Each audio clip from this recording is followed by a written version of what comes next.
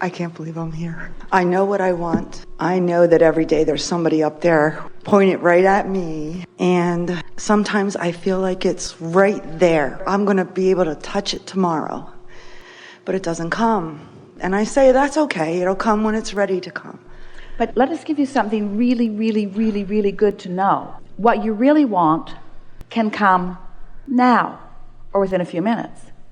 Because the reason that you want everything in a manifested form that you think you want is because you believe you will feel better in the having of that. So if you can just, for a little while, accept that since it's joy is the reason that you want it, you want it because you think it will feel better to have it. If you can believe us when we say, you can find a way to feel better now, which means you're going to get what you want now. It's just that you want the means to it to be exactly as you've defined it. In other words, I want to be happy because of that path unfolding just that way.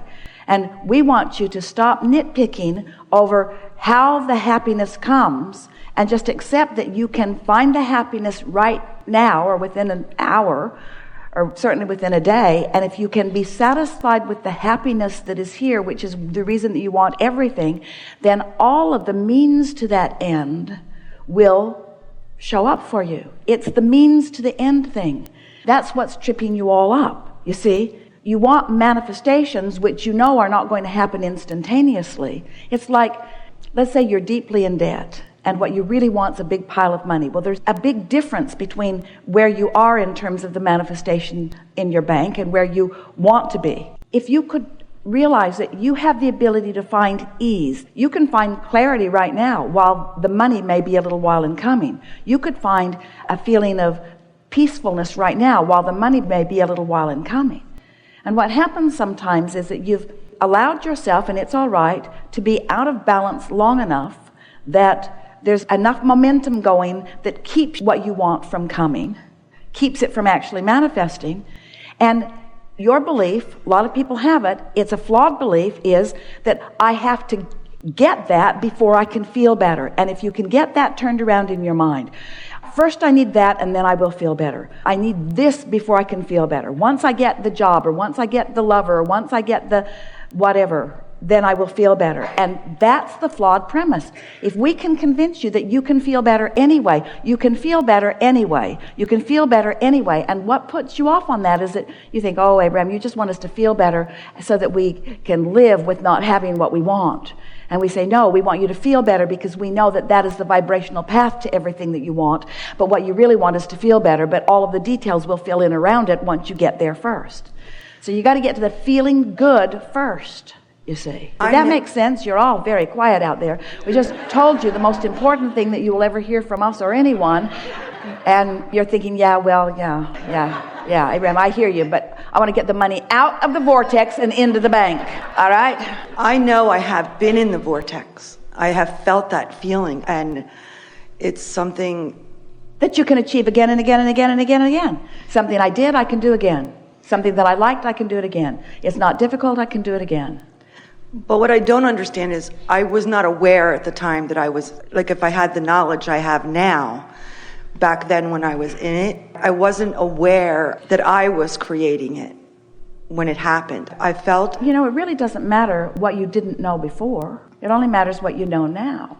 So what you're saying is, I didn't even know what I was doing, but I was vibrationally in balance, and I didn't even know it. I didn't even know that I was not offering resistance. I didn't even know. But now you know when you are and when you aren't. Now you know. But knowing how exhilarating that feeling is, and then feeling it such a gift. It was such a gift that every single day I was so appreciative of. Tracy is Esther's daughter, and one day, years ago, Tracy was in California. She had a job there. Jerry and Esther were in Texas, and Tracy used to try to make her way out to see them frequently, and she tried to time it when there was going to be an Abraham seminar because she liked that.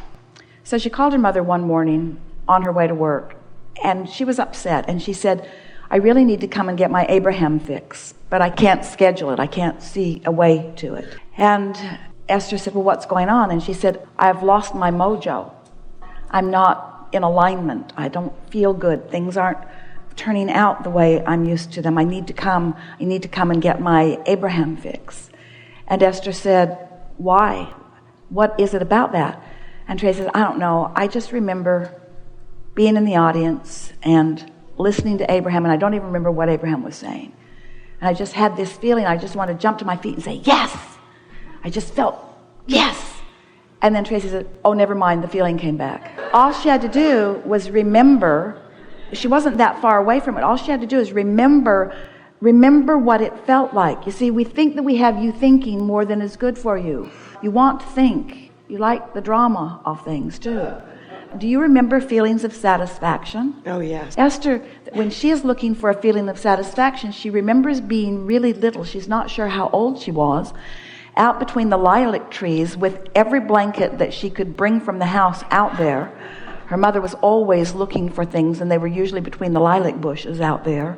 And Esther remembers just sitting there by herself for hours on end, enjoying being in that little place between the lilac bushes. And Esther can't remember what she was thinking. She just remembers how good it felt being there, how much she liked being there. She could hardly wait for the snow to thaw and the ground to be dry enough that she could drag the blankets out and get between the lilac bushes just to be. Now she thinks about being in the treehouse, or what it feels like to be in conversation with someone who's really easy to be with. You don't have to figure it all out. Just find some touchstone that always feels good to you when you think about it, and use it as your reason to feel good right now. Adjust your vibration by reaching for the feeling. I do that every day. I try to bring myself back to that. So what's up with this? What's this all about? What's all of this? I guess I feel that when I was in the vortex and things were going my way and things were happening so quickly, I don't understand where it went. And I know I did it. But do you understand the poison in that question? I don't understand what I'm doing wrong. I don't understand where it went. And we say, it didn't go anywhere. It's just being held off by that perspective, by that question that is rooted in something's wrong with something that I'm doing. And that feeling feels like self-doubt. It feels like confusion. So what you want to do is just find a thought that gives you a different feeling. Not find a thought that leads you to the solution. Find a thought that gives you a different feeling. So can you find some thoughts? Absolutely. So let's hear some of them. Just easy, nice and easy. Everyone's enjoying this because everybody gets this. Everybody understands what's going on. The feeling of having a wonderful family. All right, that's way too big. That's too big because family is more trouble than it's worth. Mm-hmm. So, that's for sure. So the feeling of belonging where I was. But now you're just stirring up more trouble. We want you to go more general, more emotional, more something that felt good to me. Something as silly as, oh man, I was at Papacita's restaurant the other day, and I had for the first time a shrimp appetizer that was wrapped in bacon and had some sort of cheese in the middle of it and a little jalapeno. And when I put it in my mouth, I thought I was going to die. It was so good. It was so good. And we only ordered two orders of them, and there were enough of us that we were sort of fighting over them. And our eyes were like rolling back in our head as we were eating these because it tasted so good. And it was so fun. It was so fun to fight over these little shrimp. It was really fun to fight over them. And one friend thought that they were all for her. And so she just sort of pulled it over there and started scarfing them. And the rest of us were sort of thinking, hey, we're sharing these. And we had so much fun. And she went to the bathroom. We all put shrimp tails in our mouth. We know that it sounds silly because here you are. You've come to learn to be the deliberate creator of your own reality. We know it should be really hard. It should be hard. There should be long, long, long lists of things to do in order to do it. I should be able to get my mind, my weak and limpy mind that's always focused in the wrong place. I should be able to wrestle it with the ground and make it focus on things that are meaningful to me. And we say, no, that isn't it. That isn't it. All you got to do is find something that's soft and feels good to you. For a while, Esther just focused on her pillow. Just Yeah, appreciation. my bed. Just find something. But in doing so, before you're going to be willing to do that, we have to convince you that that's the work to be done. Because you're so used to jumping through the hoops and trying so hard and being measured against others and getting it all right. And you've heard all of the stuff about right and wrong and the pros and cons of things. And your very worthiness and beingness is in question in your mind so much of the time. And we say, where do you get this stuff? You are the leading edge, and source energy is adoring you and flowing to you and offering you everything that you could possibly want or need in every moment. And all you got to do is just soften yourself enough to be the receiver of it, you see. Which means you just have to find a soft thought. You just have to stop beating up on yourself for a minute.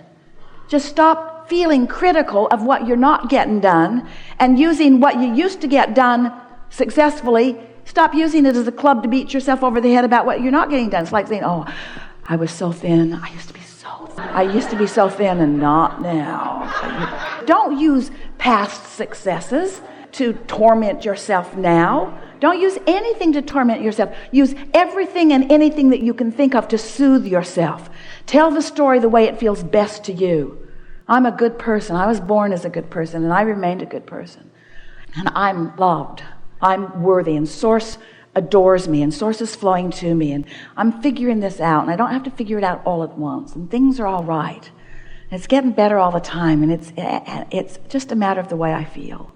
I like figuring this out, and I am figuring it out. There's just no big deal going on here.